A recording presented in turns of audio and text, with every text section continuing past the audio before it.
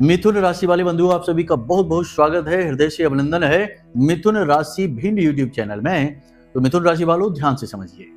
रोज रात को सोते समय अपनी तकिए के नीचे यदि आपने इस एक चीज को रख लिया तो निश्चित तौर पर गारंटी के साथ आपके जीवन में ईश्वर की कृपा तो आएगी ही, सकारात्मक ऊर्जा की और सकारात्मक घटनाओं की एक बाढ़ सी आ जाएगी।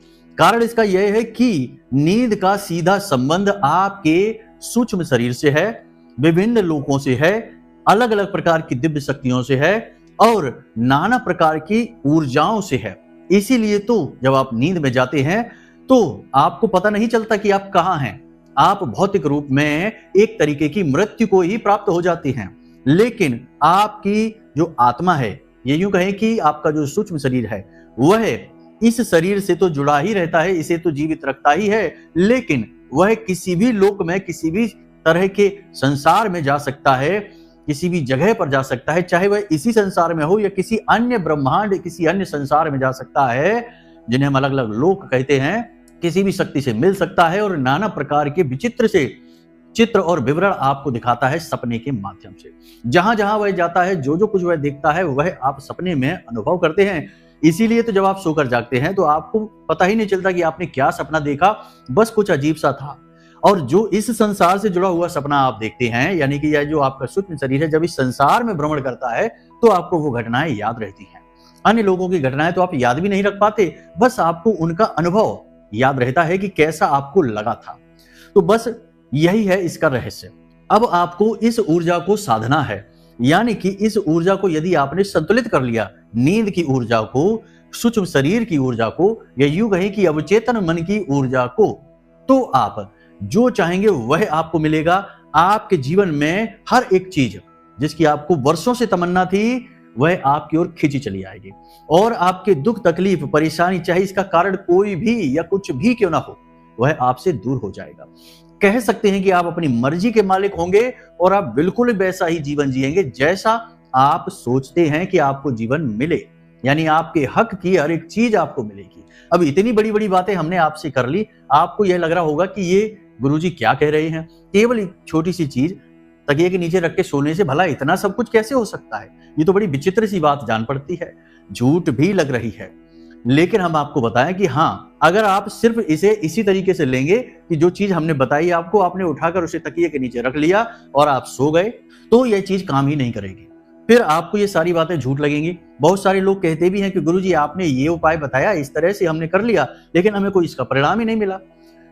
तो आप बात को समझिए, देखिए कि हर एक कार्य को करने की एक विशेष पद्धति है, शैली है, नियमबद्धता है।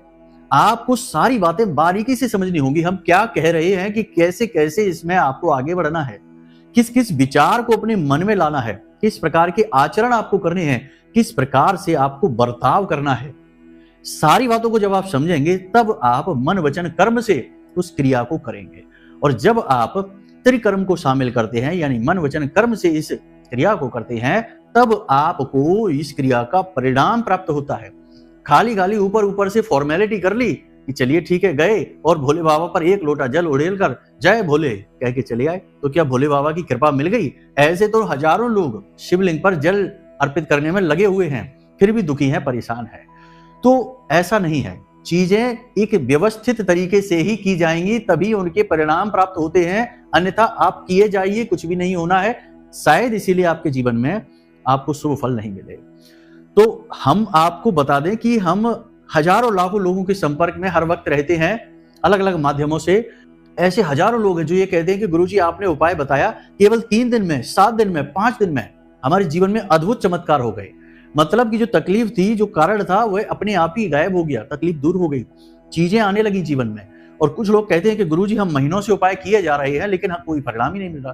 तो क्या कारण है कि उपाय क्रिया जो हम बताते हैं पूर्ण रूप से प्रमाणित होती है, धाम से प्रसारित की जा रही है, सब कुछ सही होने के बाद भी वो क्रिया काम नहीं कर रही है? इसका कारण बताएंगे और कैसे आप एक सही तरीके से क्रिया करेंगे तो आपको परिणाम प्राप्त होंगे, ये भी बताएंगे। 4 बड़ी भविष्यवाणियां बताएंगे अगले 5 से 7 दिनों की, इन्हें आपको जानना बेहद आवश्यक है। इसी के साथ साथ आपको कुछ शुभ संकेत जो दिव्य शक्तियां दे रही हैं लेकिन आप उन्हें पकड़ नहीं पा रहे हैं, ये भी बताएंगे। हमने पिछले कार्यक्रम में भी बताया है, लेकिन फिर आपको बताएंगे, क्योंकि जो अच्छी बात है उसे बार बार बताया जाना जरूरी है, तभी ध्यान खिंचता है। तो आपको हम उसके विषय में भी बताएंगे और कुछ गहराई से अलग से और ज्ञान देंगे, ठीक है। और अंत में आपको हम बताएंगे कि ऐसा महाशक्तिशाली उपाय जो गुरु से जुड़ा हुआ है, मंगल से जुड़ा हुआ है। गुरु मंगल का यह महाशक्तिशाली बड़ा उपाय आपको अवश्य करना है, क्योंकि याद रखना कि गुरु जो है ना, उन्हें देव गुरु बृहस्पति कहा जाता है। पूरी ग्रह माला के तो गुरु वो हैं ही, अन्य देवी देवताओं के भी गुरु माने जाते हैं।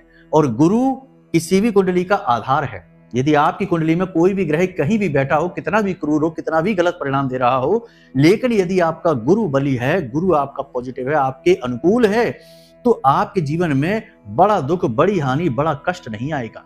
यानी कि आपका बुद्धि विवेक इतना संतुलित रहेगा कि आप उससे बाहर निकलने का मार्ग स्वतः ही ढूंढ लेंगे।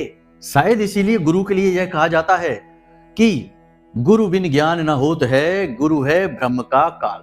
गुरु अवगुण को मेटता, मेटे सब भ्रम जाल। यानी कि जो आपके पास आपके जो दुर्गुण है, परेशानियां हैं, कष्ट है, वो एक तरीके की माया ही तो है।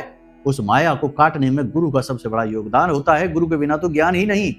इसलिए गुरु को मजबूत करना, पॉजिटिव करना बेहद अनिवार्य है। और मंगल किसी भी कुंडली की शक्ति है, एनर्जी है, फायर यानी अग्नि तत्व का कारक है और हमेशा लड़ने के मूड में रहता है। इसे पॉजिटिव कर लिया तो समझो कि हर बाधा से बाहर निकल गए।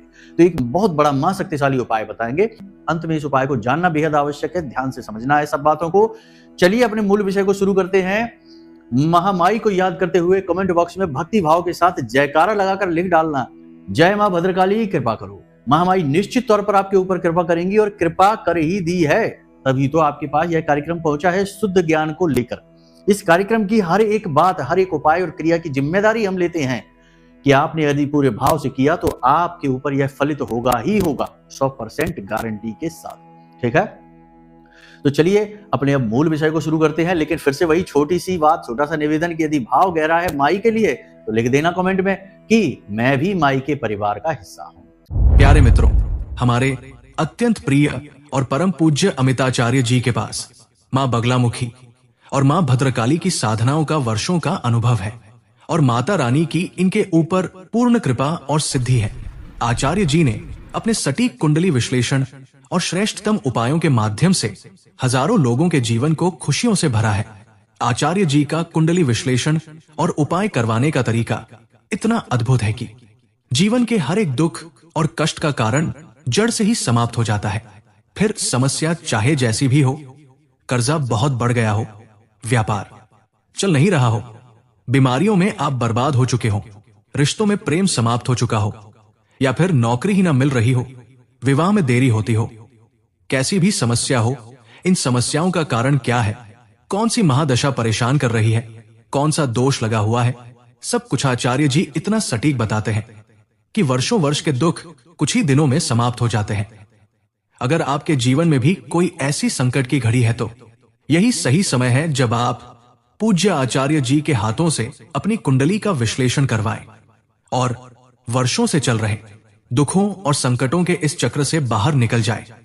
प्यारे मित्रों, अभी वीडियो में दिए गए नंबरों पर फोन करिए और अपनी कुंडली का श्रेष्ठतम आकलन करवा डालिए। जिंदगी बदलने का ये सबसे बड़ा मौका हाथ से मत जाने दीजिएगा। जय माई की, महामाई आपका कल्याण करे। चलिए अब अपने मूल विषय को शुरू करते हैं। बात करते हैं सबसे पहले 4 बड़ी भविष्यवाणियों की जो आने वाले 5 से 7 दिनों में आपके जीवन में घटित होगी।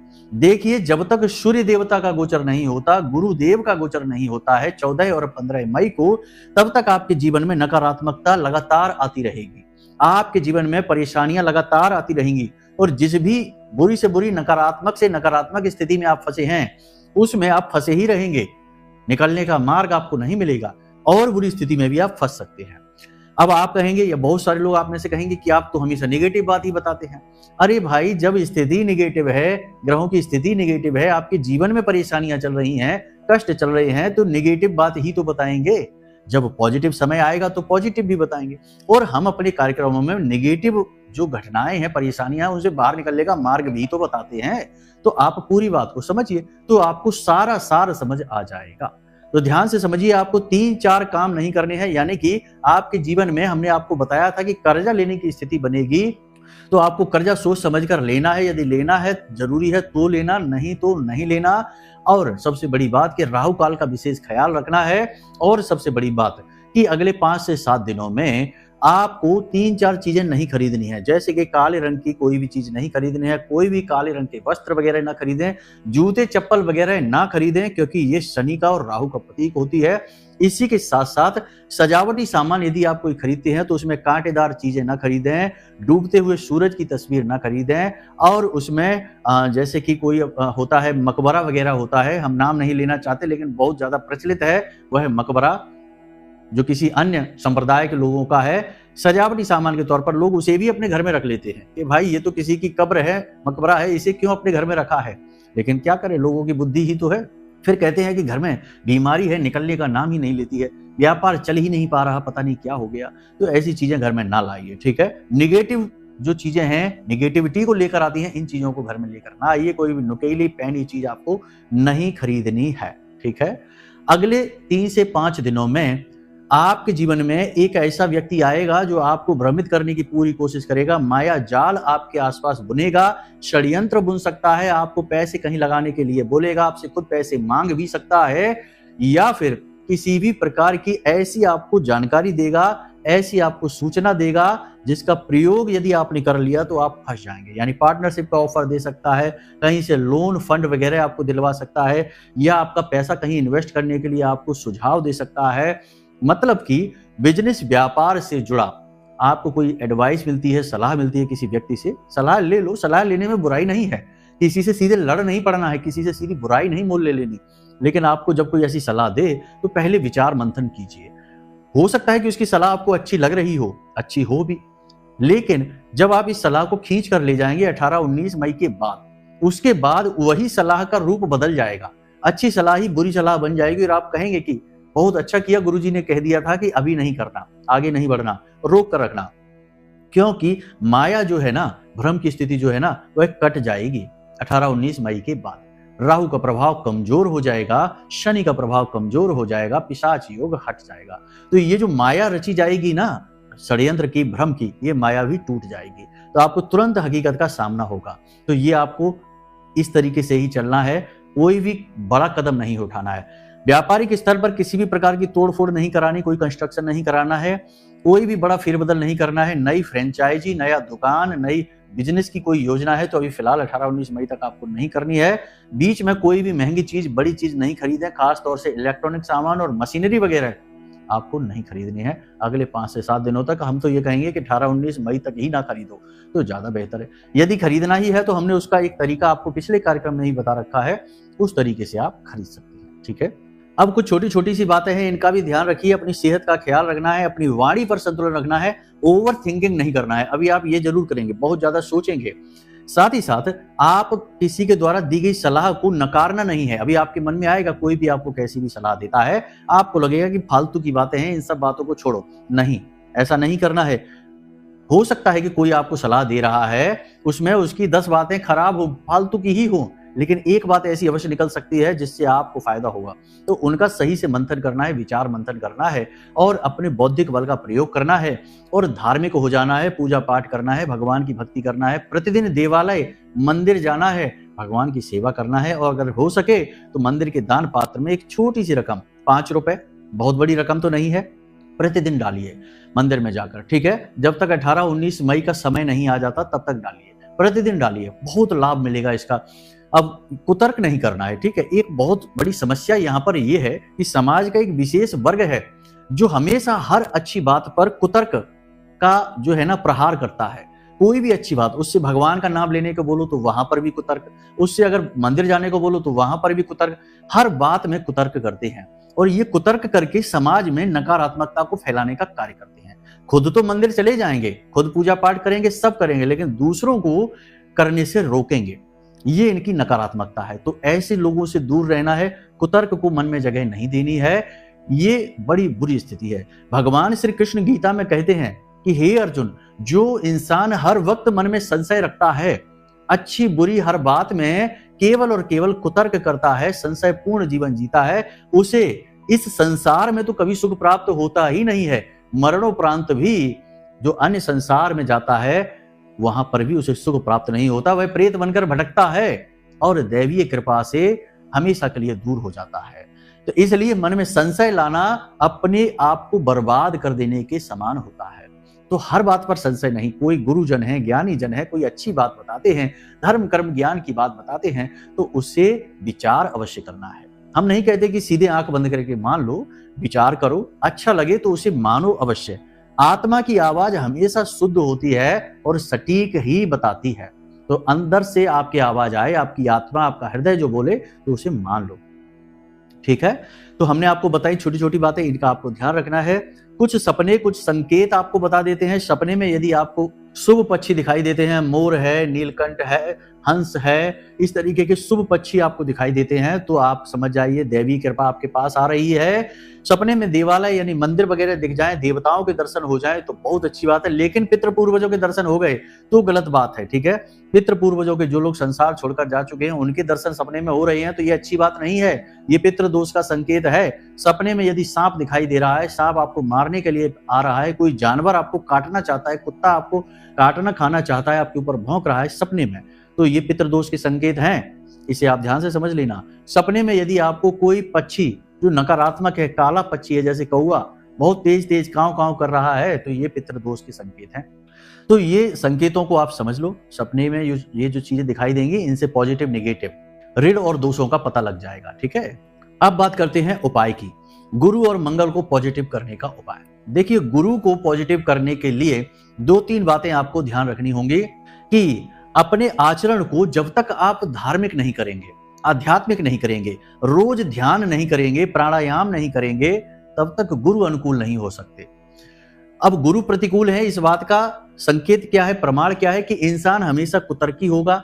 धर्म की बात करने से वह बहुत तेजी से बिफर जाएगा, नाराज होने लगेगा, तुरंत कुतर्क करेगा, तुरंत प्रतिरोध करेगा, भगवान का नाम लेते ही चिढ़ने लगेगा और किसी का भी सम्मान नहीं करेगा और उसकी भाषा शैली असभ्य हो जाएगी और बुद्धिहीनों वाले काम करेगा, नकारात्मक चीजों की ओर ही आकर्षित होगा। समझो गुरु खराब है।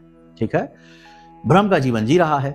जैसे जैसे गुरु खराब होगा, वैसे वैसे जातक के दिमाग पर विचारों की धुंध छाएगी, वह भ्रम की स्थिति में चला जाएगा और नकारात्मक चीजों की ओर आकर्षित होगा। रोज शराब पिएगा, जुआ, शराब, सट्टेबाजी की तरफ आकर्षित होगा, गेमिंग ऐप और उल्टे सीधे कार्यों में अपने पैसे को फंसाएगा और नीच कर्म करने में उसकी रुचि बढ़ जाएगी। ठीक है, रात के समय वह घर से बाहर निकलेगा घूमने के लिए और गलत संगत में पढ़कर अपना पैसा, अपना समय बर्बाद करेगा। समझो गुरु खराब है, क्योंकि भ्रम की स्थिति बन चुकी है, माया ने उसके आसपास पर्दा डाल दिया है। तो गुरु को अनुकूल बनाने के लिए सबसे पहले अनुशासन, दूसरा बुजुर्गों की, माता पिता की, धर्म की, भगवान की सेवा करना और इनके लिए शुद्ध शब्दों का प्रयोग करना और मन में सुंदर भाव रखना, नित्य पूजा पाठ करना, नित्य भगवान का नाम स्मरण करना और सबसे महत्वपूर्ण बात कि अपने मन को शुद्ध रखना, गलत विचार मन में ना लेकर आना। गुरु अनुकूल हो जाते हैं। अब एक उपाय भी बता देते हैं, इससे गज केसरी योग भी बनेगा और आपको इसका बड़ा सटीक लाभ प्राप्त होगा। पैसा चुंबक की तरह आपकी ओर खिंचकर आएगा। करना क्या है, ध्यान से समझिए। आपको एक चांदी की कटोरी लेनी है, प्याली लेनी है, डिब्बी लेनी है, जैसी भी आप चाहें ले सकते हैं, लेकिन चांदी की हो बेहतरीन है। चांदी की नहीं मिलती है तो कोई बात नहीं, सफेद रंग की कोई भी ले लेना। एल्यूमिनियम जो कहते हैं वो मत लेना, वो नकारात्मकता का प्रतीक है। चांदी की हो तो सर्वोत्तम है। ठीक है, स्टील की भी नहीं लेना है, प्लास्टिक की भी नहीं लेना है, सफेद रंग की कोई भी नहीं लेना है, लेकिन चांदी की सर्वोत्तम है। नहीं मिलती तो कोई बात नहीं, कांच की कोई प्याली छोटी सी आप ले लेना। ठीक है, उसमें आपको थोड़े से चावल डालने हैं, थोड़ी सी केसर डालनी है और गंगा जल डालना है।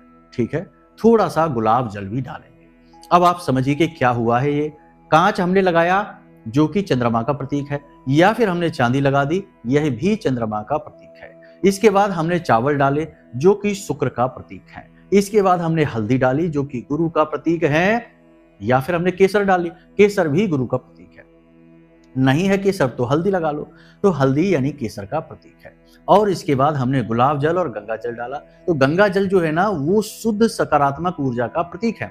साधारण जल आप भर के रख दो तो 10 दिन में खराब हो जाएगा। गंगा जल 10 साल भर के रखना अपने घर में बोतल में, प्लास्टिक की बोतल में, तब भी खराब नहीं होगा, बदबू नहीं आएगी, ना ही उसमें कीड़े पड़ेंगे। तो हुआ ना पूरा पॉजिटिव। तो गंगा जल आपने डाला, वह पूरा पॉजिटिव है, यानी कि शुद्ध सकारात्मक ऊर्जा आपके जीवन में आएगी। इसी के साथ साथ थोड़ा सा आपने गुलाब जल डाला।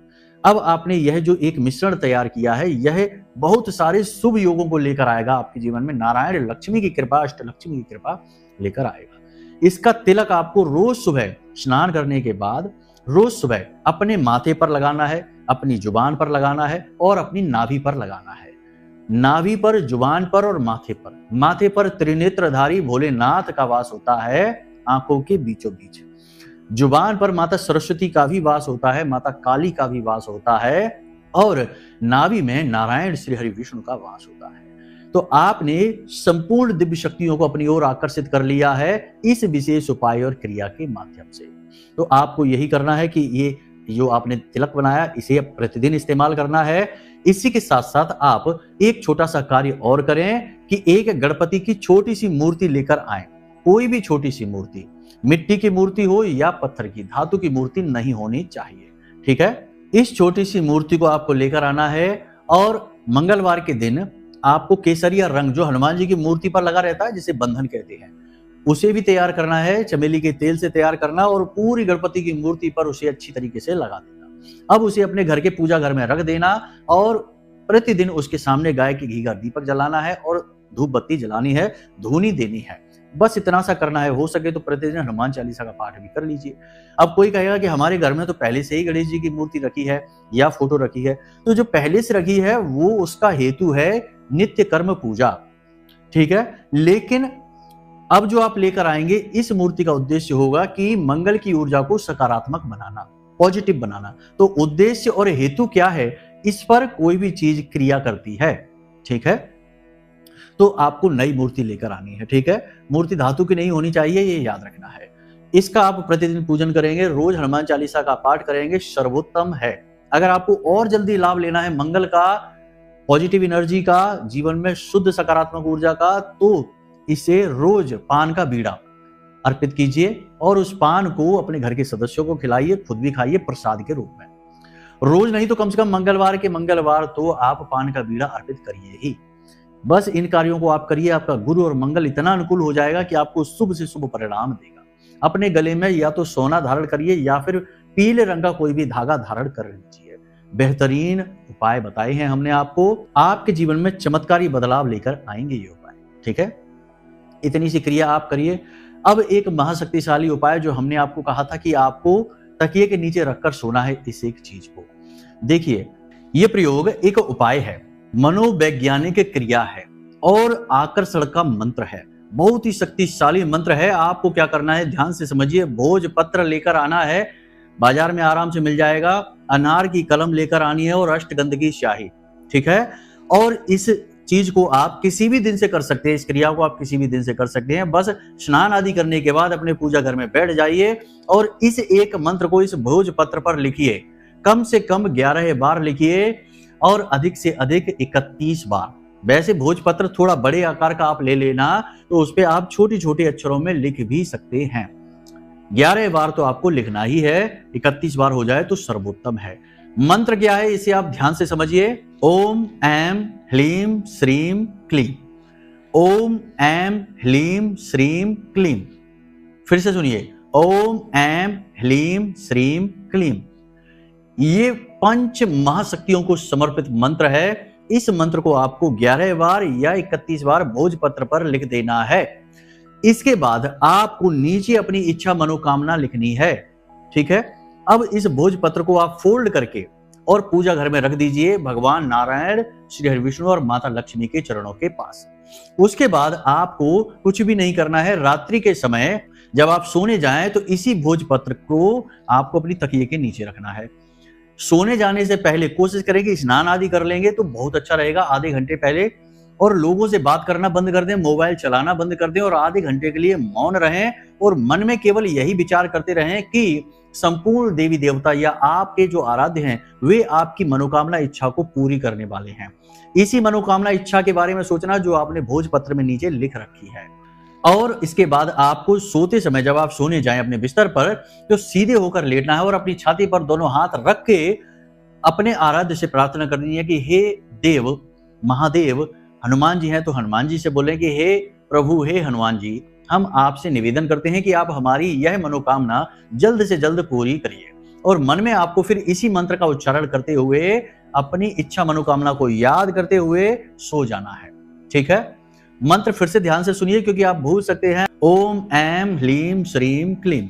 ठीक है, इस मंत्र को उच्चारण करते हुए अपनी इच्छा मनोकामना को याद करते हुए कि वह पूरी हो रही है, देवता आपकी मदद कर रहे हैं, आप सो जाइए। केवल 7 दिनों तक इस प्रयोग को आप करके देखिए। चमत्कारी प्रयोग है, आपको तुरंत परिणाम मिलेंगे। पहले दिन हो सकता है कुछ ना हो, दूसरे दिन भी कुछ ना हो, लेकिन तीसरे दिन यदि आपका भाव गहरा है तो आपको जबरदस्त परिणाम मिलेंगे।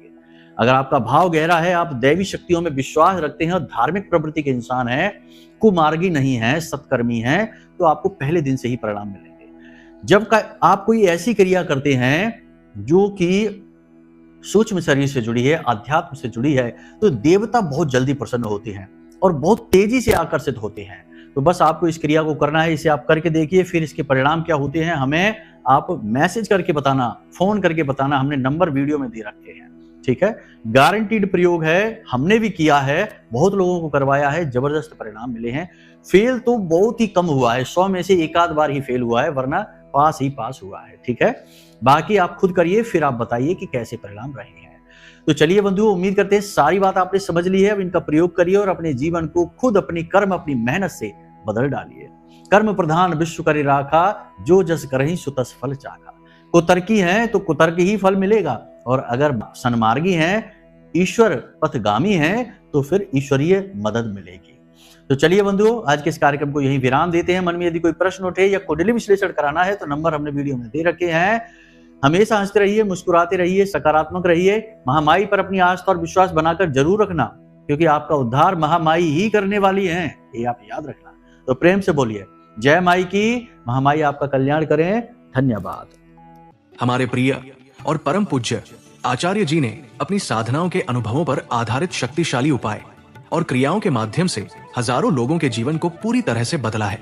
आचार्य जी के द्वारा बताया गया हर एक उपाय इतना सटीक और कारगर होता है कि जो भी इसे पूरे भाव के साथ कर लेता है, उसे साक्षात महामाई की कृपा और आशीर्वाद प्राप्त हो जाती है।